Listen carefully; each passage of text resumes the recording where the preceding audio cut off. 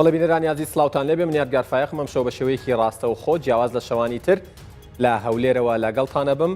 بۆ باسی ڕۆژ دیارە میوانی ئەم شەومان جنابی دکتۆر جعفەر ئیبراهیم ئێمێنکیە جێگری سەرۆکی پەرلەمانی کوردستان بە سوپاسەوە مەبەستمە لەگەڵ جنابیان لەسەر کۆمەڵێک پرس گفتوگۆ بکەینەوە ئاگادارن کە ئەمڕۆ بڵین سەرۆکایەتی حکوومەت سەرۆکایەتی پەرلەمان و بڵین کۆمیسیۆنی باڵای سربەخۆی هەڵبژاردن و ڕاپرسیارێمی کوردستان کۆبوونەوە لە سەرەتا بڕیار وابوو یاخودوا بڵاو بووەوە کە ئەمڕۆ ڕۆژێک دیاریەکرێ بۆ هەڵبژاردننی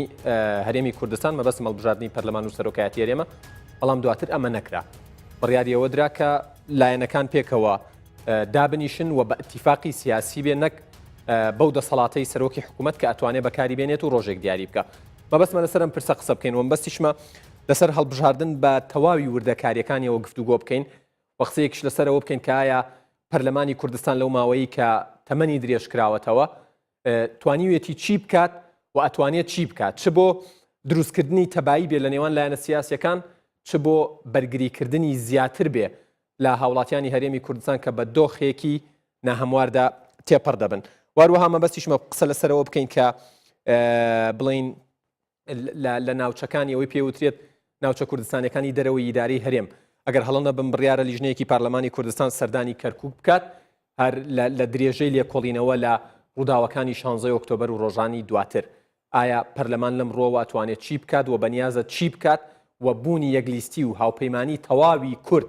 لەو ناوچانە چەند گرنگە من زیاتر ناڵێم بەڕێز دکتۆر جعفەر ئیبراهیم ئێمێنکی جێگری سەرۆکی پەرلەمانی کوردستان زۆر سپاس بۆم دەرفەتە سپاس بۆ ئێوەش هەربژین هەرەمەوێت لەوێەوە داخل بین دکتۆر ئەمڕۆ ئێوە کۆبوونەوە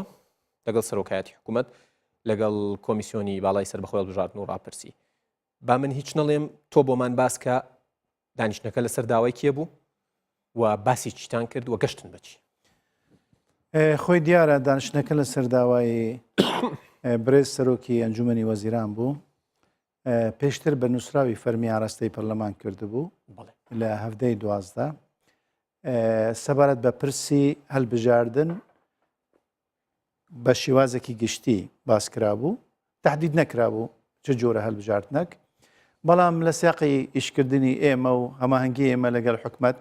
تێدەگەشتینەوە کاتە مەبەست هەڵبژاردننی پێشوەختەیە بەڵێ و ئەم پرسە خۆی پرسی هەڵبژاردن بە گشتی هەڵبژاردننی پێشوەختە پێویستی بە کوبوونەوەی جیاجیا هەیە و کوبوونەوەی هاوبەش هەیە لەلایەن پەرلەمانەوە دیدار هەبوون لەگەڵ سەرۆکاتی ئەنجومەنی وەزیران پێشتر سەرۆکاتی پەرلەمان لەگەڵ سەرۆکاتی ئەنجومەنی وەزیران بۆ ئەوەی لێک تێگەشتن دروست ببیت لە سەر ئەو مەسەلانەی پەیوەستن بە چ جۆرە هەماهەنگیەک بکرێتن بۆ ئەوەی بەرچاوڕوونی زیاتر بە حکومەت ببەخشرێت بەپێی یاسای ژمارە 2 دابەشکردنی دەسەڵاتەکان ئێستا لە دیارکردنی ڕۆژێک بۆ هەڵبژاردن ڕۆژێک بۆ هەڵبژاردن پێشوەختە بیت میکانیزمی خۆی جیاواز هەیە هەڵبژاردن بە شێوازێکی ئاسایی و یاسایی ئەوش میکانیزمی خۆی هەیە ئەوە لە دەسەڵاتی سەرۆکی ئەنجومەنی وەزیرانە حەسرن خۆی دەتوانێت ڕۆژێک دیاری بکات بەڵام هەر یەک میکانیزمی جیاوازی هەیە هەلبەت ئەو کۆبوونەوە هاوبەشە دواکەوت لەبەرچی دواکەوت چونکە یەک کۆمیسیۆن پێویستی بە ئامادەکاری تایبەتی خۆی هەبوو و لە نێوان پەرلەمان سەرۆکاتی پەرلەمان و سەرۆکان ئەنجومەنی وەزیران ئەوە دیدار و گفتوگۆ هەبوو بەردەوام بوو لە نێوان سەرۆکاتی ئەنجومەنی وەزیران کۆمیسیۆنش بە هەمان شێوە لەوێش کۆبوونەوەی هاوبەش هەبوون دیدار و کۆبوونە هەبوون بە بەبەستی ئاگاداربوونی حکوومەت سەرۆکی ئەنجومەنی وەزیران تایبەت لەسەر ئەوەی ئامادەکاریەکانی هەڵبژاردن لە کۆمیسیۆنی هەڵبژاردن و ڕاپرسی لە هەرێمی کوردستان بە چ قۆناغێک گەیشتون ئەمە وای کرد هەروەها لە ناو پەرلەمانی کوردستاندا لجنەی کاروباری پەرلەمانی لجنەی یاسایی هەردوو لجنەش معنینە بەم پرسە هەردووکیان بە دوواداچوونی تایبەتیان هەبوو بۆ ئەوەی ئایا لە کۆمیسیۆن چ ئامادەکاری دەکرێت بە تایبەتی ئەوەی پەیوەستە بە مەسەلەی پاککردنی لیستی دەنگدەران ئەوەی ڕاست بێت ڕاستکردنەوەی لیستی دەنگدەرانە پاککردن نییە خۆەوەی ئۆتۆماتیکی دەبێتەوەی ئەمیرخوا دەکات دەبێت یعنی دۆر بخرێتەوە لیستەکە ئەو لیستە هەرچی تێبینی لەسەر هەرچ گرفت لەسرە پێویست بوو ئەم لجنەی پەرلەمانی بە دوادەچوونی ئەوە بکەن ئەمە کران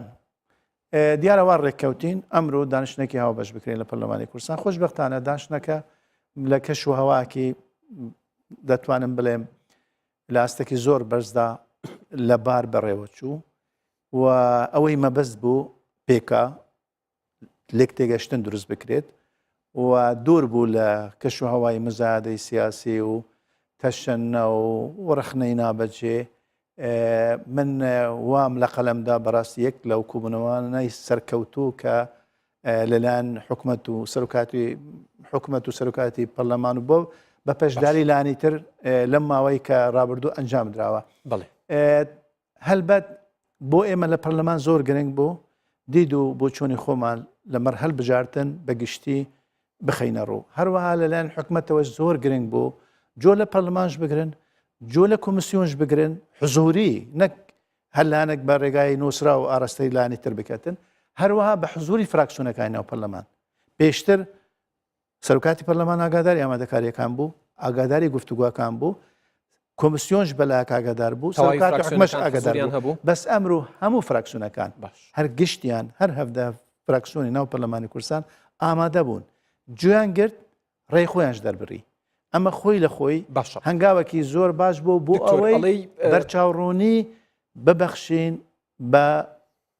بەڕێز سەرۆکی ئەنجومەنی وەزیران جەناب دامەژت بەوە داوت یەکێک بۆ لە کۆبوونەوە زۆر باش و ئیجابی و سەرکەوتووەکان بەڵام قسەیەک لەسەرەوە هەیە و تێدەم کۆبوونەوەیە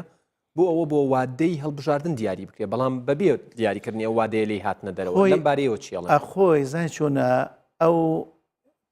ئەوەی باس کرا لە نێتێگەیشتن بوو ئەگینە خۆی کەس باسی دیاریکردنی ڕۆژی هەڵبژاردن نەکردووە دیاریکردنی ڕۆژی هەڵبژاردن مەسلێک هاوبەش نییە لە نێوان سەرۆکی ئەنجومەنی وەزیران سەرۆکاتی ئەنجومەنی وەزیران و سەرۆکاتی پەرلەمان و فراکسیۆنەکان و کۆمسیۆن ئەم لانە هەمووی کە کۆبنەوە یعنی ئەکید ئەوە دەسەڵاتی ئەمانە نییە حەسڵەن دەسەڵاتی سەرۆکی ئەنجومەنی وەزیرانە بەڵام بۆ پرسێکی وە زۆر گرنگە لە هەرێمی کوردستاندا ئەمە بەڕاوشکاری بکرێتن لەبەرەوە پێشترش ئاگاداری فراکسیۆنەکانمان کرد پێشترش ئێمە معنی بوون بە ئاگادارکردنەوەی لایەنەکانی تر کۆمسیۆن و فراکسیۆنەکان و لجنەکانی معنی ئاگادارمان کردن کە ئەم کۆبوونەوەیە بۆ دیاریکردنی ڕۆژی هەڵبژاردن نییە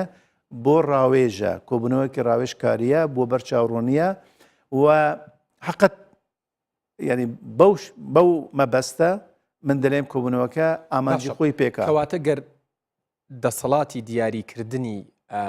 ڕۆژی هەڵبژاردننی داهاتوو لە هەرێمی کوردستان هەڵبژاردننی نێو خۆی بە شێوەیەکی حەسری لە دەسەڵاتی سەرۆکی ئەنجومەنی وەزیرانە پرسیارەکە ئەوەیە بۆ دیاری نەکرد خۆی پاساوی ئەوان خۆی بابەتەکە دەسەڵاتەکان لە مێژە نییە دابشکراون یاسای ژمارە 2 ماوەکی زۆر نییە دەرچووە و ئەوە شەکی تازەیە بوو سەرۆکاتی ئەنجومەنی وەزیران لەوێ هەندێک ڕێی هەبوون ئالەساس ئەم مەسەلە ڕوون نییە دژبەری هەندێک برگەی یاسای هەڵبژاردن لە هەرێمی کوردستاندا بۆ ڕواندنەوەی ئەو دژبەریانە ئەو تەناقزاتنەی کە باسییان دەکرد ئەوە لە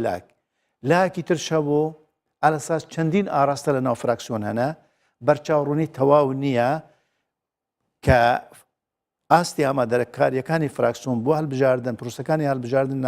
لە ئایندەدا وەکو پێویست ڕوون نییە ئەمەش بۆ ئەوەی تو لەو بارەش دەربچی کە مەسەلەکە زۆر ڕۆن نەبیت وەکو پێویست ڕۆن نەبیتن ئەمەش مەبەستێکی تر بوو یتر خۆی مەسەلەی هەڵبژاردن دوو ڕەهەندی هەنە ڕەهەندی یاساییەکە ئەوش گرفتێک بوو گەنێ گرفتێکە بوو ڕێی وا هەبوون لە هەندە لایانی سیاسی کە تەفسیری دوو وەرس دەکرێت بە چەندی شێواز تەفسیر بکرێت خۆی مەسەلەکە هەڵبژاردننی پێشوەختە بیت ئەوە 100% معنیە بە پەرلەمانەوە کە دەبێت یاسای درێژکردنەوەی ماوەی سەرۆکاتی پەرلەمان بەگشتی ئەمە هەموار بکرێتەوە جارێکی تر ئەمە پەیوەستە بە فراکسیۆنەکان پەیوەستە بە سەرۆکاتی پەرلەمان پەیوەستە بە لایانی سیاسی ئەمە لایەنەکە بۆ ئەوەی بەرچاوڕوونی تەواو بە حکومەت بدرێتن ئەوە بوو لایانی یاسایی لایانی سیاسیش باس کرا لایانی سیاسیش ئەوە بە هەندێک لەسەر لایەنە یاسایی بۆستین دکتۆر تەفسیرەکان ئێندەی من ئاگادار بم دوو تەفسیری ڕوونەیە هەندێک ڕای وایە کە لە حوتی ئەیلول تەمەنی پەرلەمان تەمەنی یاسایی کۆتایی دێت بۆیە ئەبێ 6 مانگ هەڵبژاردن بکرێت ینی وەکو ئەوترێ وەکو ئەزافیمان لایەنێکی تری تەفسیرەکانیش باس لەواکەن کە 6 یانزەیە جەنابتان جێگری سەرۆکی پەرلەمانی کوردستان و لە ئێستادا بە شێوەیەک لە شێوەکان تەمسیلی پەرلەمانەکەن بە هەموو شێوەیە وەکو سەرۆکی پەرلەمان تەفسیری ئێوە چییە بۆ تەمەنی یاسای پەرلەمان؟ تەفسیری لژنەی یاسایی پەرلەمان تەفسیرێکی درستە. باش ئێمە متمانەمان پێ هەیە لە هەموو بوارەکەی خلافی کە پەنا بۆ تەفسیر دەبین پەنا بۆ جهتێکی اختصاصی دەبین، یعنی تەفسیری شخصی من ئەن تەفسیری وەکو پەرلەمان بەڵێ وەکو پەرلەمان ئێمە متمانەمان بە لژنەی یاسایی هەیە. هەر پرسەک پێویست بێ ڕاوێژکاری زیاتر هەموو لژنەی یاسایی دادەنیشن. ئەمەش وای لێ نهاتووە هەموو لژنەی یاسایی دانیشن، لەبەرەوەی ئێستێناسمان کردووە بەڕێی سەرۆکی لژنەی یاسایی و ئەو مەسەلەی تحدیدی وەرزەکان لە دەستی سەرۆکاتی پەرلەماندایە. ئێمە تحدیدمان کردوون لە 6/11 بۆ 6/3 ئەمە وەرزیەکەمە. 6/3 پشووەک دەست پێ دەکات بۆ 6/5. ئەم پشوویە دیسان لە دەسەڵاتی پەرلەماندایە نەک تەنیا سەرۆکاتی پەرلەمان ئەو پشوویە یەکمان کەم بکەیەوە، یەکمان کورد بکەین. زۆر نییە خۆی لە زروفی ئاساییدا لە زروفی ئاسایشدا دوومانگ زۆرە، بەڵام لەبەر ئەوە پشوو نییە، ئەوە تەنیا پشووی تەشریعی پێ دەڵێن، چونکە خوندنەوەی یەکەم بۆ پرۆژە یاساکان یەکجار هەندە جارە زۆر دەبیت. پێویستیت بەوە هەیە لە پرۆسەی یاسادانان بۆستێنی بایەق بە پرۆسەی بەدواداچوون بیکەی چاودێری بکەی، یعنی ئەوە نییە بڵێ پەرلەمان قفل دەدەی و دەچێ دەرێ و پشووە وەردەگری بۆ شێوازانە. بۆیە ئەو ڕێیەش هەیە کە ئەو پشووە کورد بکەین، کە ئەو پشووە کورد بکەینەوە تەسی لە وەرزی دووەم ناکات. وەرزی دووەم هەر لە 6/5 دەست پێ دەکات تا 6/9 دەست پێ دەکات. پشووی دووەم ئەوەی کوتایی ئەوە دێت بڵێ 2 وەرز ئۆتۆماتیکی ساڵەکە 2 وەرز، بەڵام لەو 2 وەرزە 4 مانگ پشوونە، 2 دەکەونە ناوەڕاست 2 دەکەونە لە کوتایی. ئەوەی کۆتایی ئێمە وامان باس کردووە نەک تەنیا من لەگەڵ بەڕێز سکرتێری پەرلەمان خاتو بێگەر تەلەبانی کە ئێمە لە ناو پەرلەماندا لە دەسەڵاتی ئێمەدا سەرۆکاتی پەرلەماندایە ئەو پشووە لا ببین، یعنی ئەو پشووە هەر لا ببین، چونکە گونجاو نییە لەگەڵ ئەوەی کە گونجاو نییە بۆ هەیبەتی پەرلەمان بۆ شکۆی پەرلەمان. لەبەرەوە ئەوە لە دەسەڵاتی خۆماندایە ئەوە دەتوانین بەڵام سانی چوونە لابرنەکە مانای ئەوە نییە کە ئەو مەسەلەیە ئەوە کراوەیە بۆ خودی سەرۆکی ئەنجومەنی سەرۆکی ئەنجومەنی وەزیران مەبەست بیتن هەڵبژاردن پێش 6/7 ئەنجام بدەتن، پێش 6/7 ئەنجام بدات، ئەوە دەبێ هەمواری یاسای ژمارە 1 بکەین 2017 یاسای ژمارە 1 ئەوەی تەمەنی پەرلەمان پێ درێژ کراوە دەبێ ئەو یاسای هەموار بکەین. ئەوە هیچ قابلی تەفسیر نییە، ئەوە حەدیە. ئەوە تەواو لە دوای 6/7 تا 6/9 6 ڕۆژ پێش 6/9 6 ڕۆژ پێشەوە، یعنی واتە دەبێتن لە 6/7 سەرۆکی ئەنجومەنی وەزیران هەر ڕۆژێک دیاری بکات لە دەسەڵاتی ئەودایە، کەواتە ئەو پێویستی بە هەموار یاسا ناکات. کۆمیسیۆنیش مساومەی لەسەرەوە کردووە کە لە 105 ڕۆژەوە بێتە 60 ڕۆژ. کۆمیسیۆن مافی خۆیەتی، کۆمیسیۆن دەلێتن حەد ئەدنا بۆ هەڵبژارنەکی سەرکەوتوو پرۆسەکی هەڵبژارنی سەرکەوتوو، ئامادەکاریەکانی لۆجستی، ئامادەکاریەکانی تەکنیکی کارگێری ئەمانە پێویستی بە 105 ڕۆژ هەیە. لەبەرەوە ئەو مەبەستیتی ڕۆژەکە دیاری بکرێت بۆ ئەوەی ئەو بەرنامەی خۆی تایم تێبلەکە خشتەی کاتی عملیاتی دیاری بکەتن. ئەگەر وانەکەتن تەسی لە کار و چالاکەکانی کۆمیسیۆن دەکات. لەبەر ئەوە زۆر گرنگ بۆ ئەوان چیان کردووە ئامادەکاریەکانی ئێستای پێشوەختە چیان لە بەردەستەیە،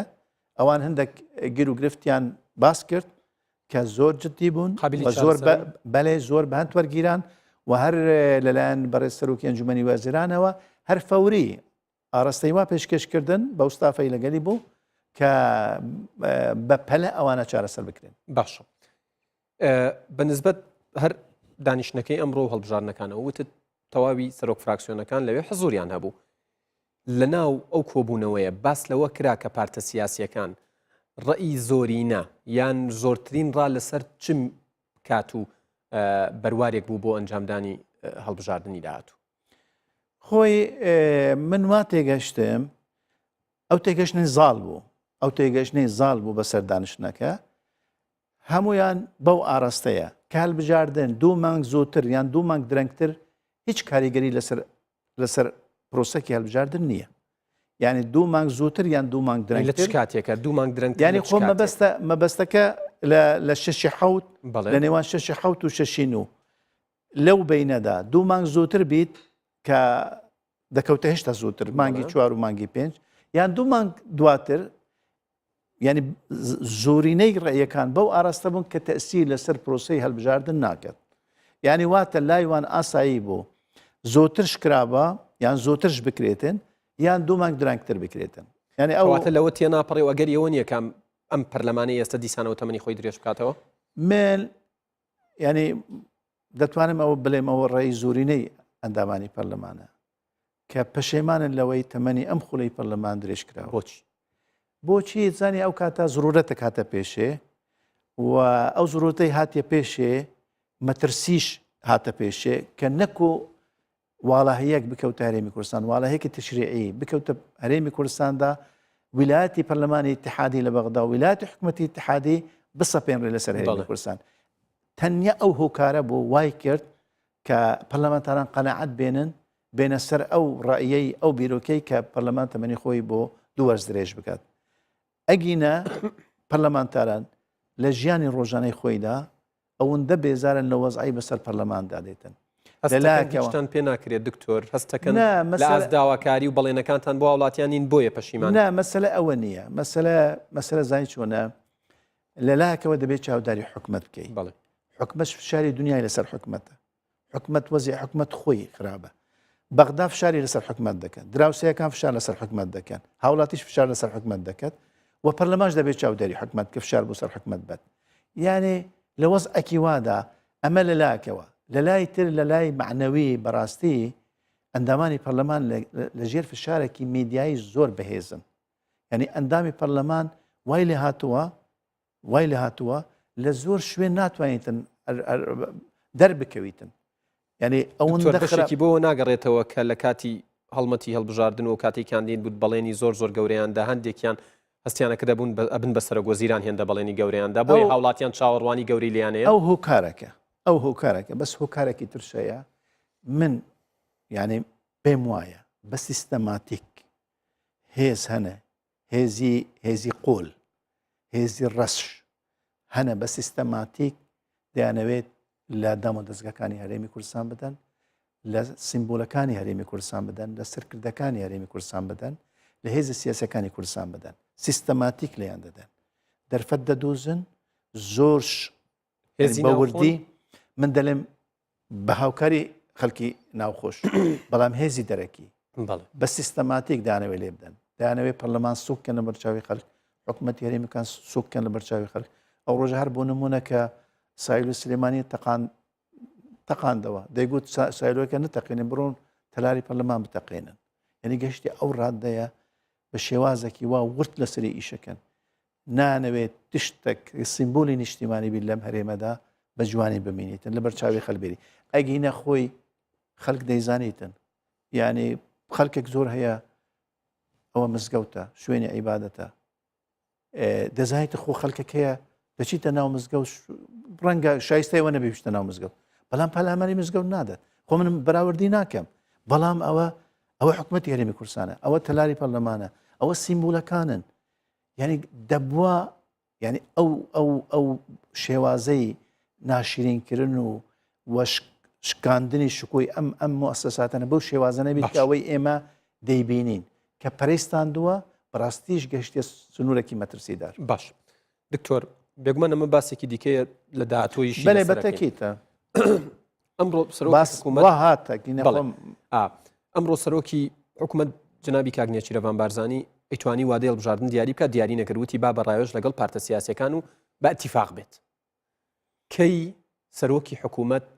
لەگەڵ لایەنە سیاسەکانی هەرێمی کوردستان کۆ ئەبێتەوە بۆی لە نزیکەوە گوێ لە یەکتر بگرن و بگەن بە ئەنجامێک خۆی ئەوە بژاردێکی ڕاستە بەڕای مش خۆی لە دەسەڵاتی سەرۆکی ئەنجومەنی وەزیراندایە هەر کاتێک دیاری بکات بۆ ڕۆژی هەڵبژاردن لە نێوان 6 حەوت تا شەشین و بەڵام ئەو مەسەلە ڕەهندێکی سیاسی هەیە ڕاستە و ئەو ڕەهندە سیاسیەش وا دەکات ڕاوشکاری لەگەل لانە سیاسەکان گەیشتن بە تەوافق ئەوە باشترین بژاردەیە و ئەوەیە کە بتوانیتن وا بکەت هەلبژاردن خۆی پرۆسەکی نیشتیمانیە و ڕەهندێکی نیشتیمانیش هەیە لە ڕوانگەی ئەوەدا زۆر گرنگە تەوافقی سیاسی لەسەر بین تەوافقی سیاسی لەسەر ڕۆژێک بێت چونکە تو هەلبژاردن بۆ حزبێک ناکەی تو بۆ وڵاتێک دەکەی و ئەو کیانە سیاسی لە هەرێمی کوردستاندا مافی خۆیانە مافی خۆیانە لەو مەسەلێدا ڕاوشکاریان پێ بکرێتن و ئەو ڕاوشکاریە وا دەکەت ئەو بڕیارە سەرکەوتوتر بیت و باشتر بدرێتن کەی ئەم دانیشتانە ڕۆدا بە پێی زانیاریەکانی جەنابەت بە پێی زانیاریەکانی من وا تێدەگەم بەڕێ سەرۆکی ئەنجومەنی وەزیران پەلەی لێتی بۆ ئەوی بتوانیتن بەو بەرچاوڕۆنیە وا بکەت کۆمسیۆن ئیشەکانی کۆمسیۆن باشتر بەڕێوە بچن خێراتر بەڕێوە بچن و ئامادەکاریەکان بگەنە ئەو ئاستەی چکە کۆمسیۆنی هەرێمی کوردستان بۆ ئەم پرۆسە ینی زۆر گرنگە ئەزمونێکی زۆر گرنگە بۆوانە بۆ ئەوی پیشان بدەن بە یۆنامی بۆ کۆمسیۆنی باڵی هەلبژاردن لە بەغدا کە بە پرۆفشۆنەلی ئیشەکەن و سەرکەوتوی ئیشەکان بەڕێوە دەبن بابەتی ئیش دەکەن گرنگە لەو ئەزمونادا پلەی باشی بەدەستەوە مەبەست مەزانیاریەکی دیکەم دەستکەوێت دکتۆر جعفەر هێندەی لەگەڵ سەرۆکی حکوومەت قسە و ڕاوێژتان کردبێت بانگشتی لایەنەکانەکات یان خۆی سەردانیانەکات وڵا خۆی منەوەی تێگەشت بم پێشترش ئەوە ئەو شێوازە پەیڕەوکراوە کە سەردانی لایەنەکان بکەن بەڵام بۆ ئەم پرسە ئەنی ئەوە ڕایە شەرنیە وا بیتن بەسەوەی گونجاو دەبینم لایەنەکان هەمویان لە شوێنە کۆ بکرێنەوە کەسی خاوەن بڕیار لە لایەنە سیاسەکان و ینی ڕاوێژیان پێ بکرێت و دەکرێت کەسی پسپۆر لە مبارەی هەلبژاردنش ئامادە ببن ینی لەگەل لایەنە سیاسەکان و هەر شێوازێک بی لە شێوازەکانی ڕاوشکاری گونجاوە بۆ ئەو پرسە بڵێ ئەوەی بەلای خەڵکەوە تا ئێستا بۆ منیش وەکو ڕاگەیاندکارێک پرسیارە ئەوەیە بۆچی نەگەشتن بە ئەنجام لە دیاریکردنی سەرۆکێک بۆ پەرلەمانی کوردستان وایە دانیشتەکانتان بەبێت سەرۆکی پەرلەمان لە ڕووی یاساییەوە هیچ ئیشکالێکی نییە لە ڕووی یاسایی هیچ ئیشکالێکی نییە و لە پەیڕەوی پەرلەمانی کوردستاندا و مەسەلە یەکلایی کراوەتەوە کە سەرۆک حاضر نەبی لەبەر هەر هۆکارێک بیت جێگر بەڕێوە دەبێت ئەگەر دەستشی لە کار کێشابێتەوە ئەگە دەستیش لە کار کێشابێتەوە ئەگە دەستی لە کارکشابێتەوە لەو ڕۆژەی تەبیئی دەنگ لەسەر دەست لە کارکشانەکە دەدرێت لەو ڕۆژە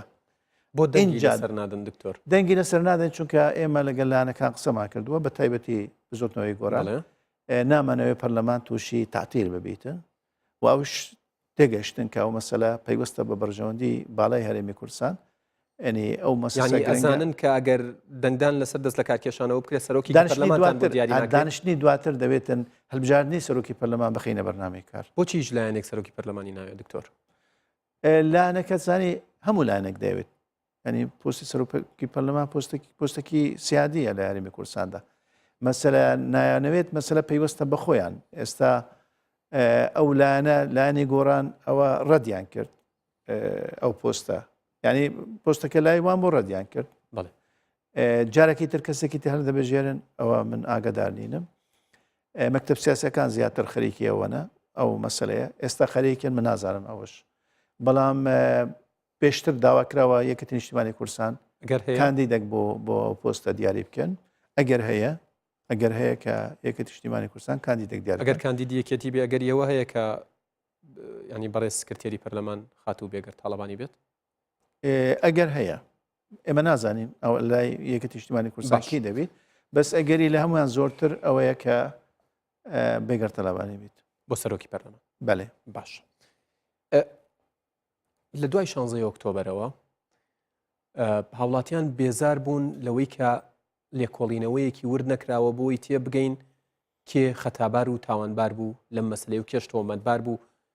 پاکی و ناپاکی خۆی یەکلا بکاتەوە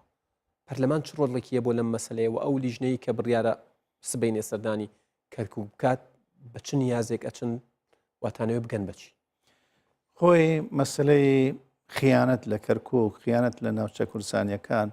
بە تایبەتی دۆز و کەرکووک زۆر دیار بوو هەر پێویستی بە لیژنەی لە کۆڵینەوەش ناکات چونکە ئەو کەسانەی خیانەتیان کردووە دیارن لێدوان دەدەن قسە دەکەن نایشارنەوە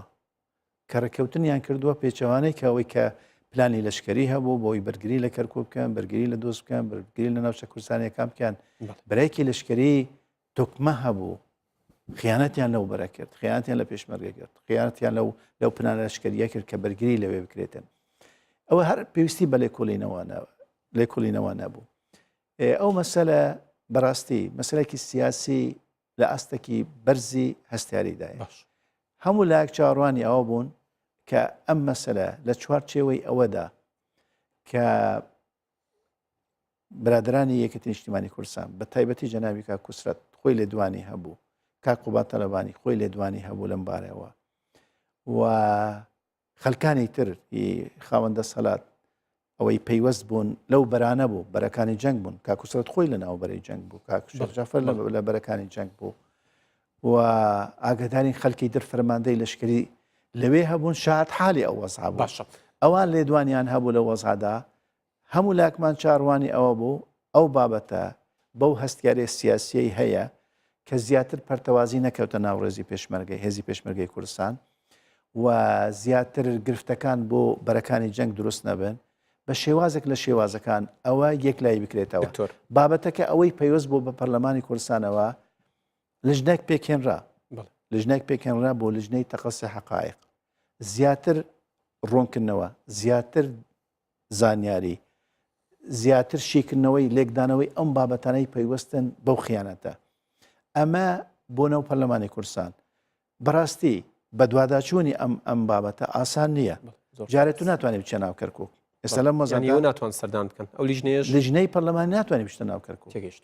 ناتوانێت پرسیاری دیکەشم هەبوو بەڵام هاوڕێیانم پێمەڵێن خولەکێک زیاتریش لە کاتی خۆم لامداوە بەڕێز دکتۆر جعفەر ئیبراهیم ئێمنکی جێگری سەرۆکی پەرلەمانی کوردستان زۆر سپاس بۆم دەرفەتە ماندوو نەبن بەڵێ بینەرانی عەزیز باسی ڕۆژ کۆتایی هات ڕێزی یاوکارانم لە هەولێر قبول بکەن تا باسی ڕۆژێکی دیکە ئێوە و کوردستان لە ئەمانەتی خوادا.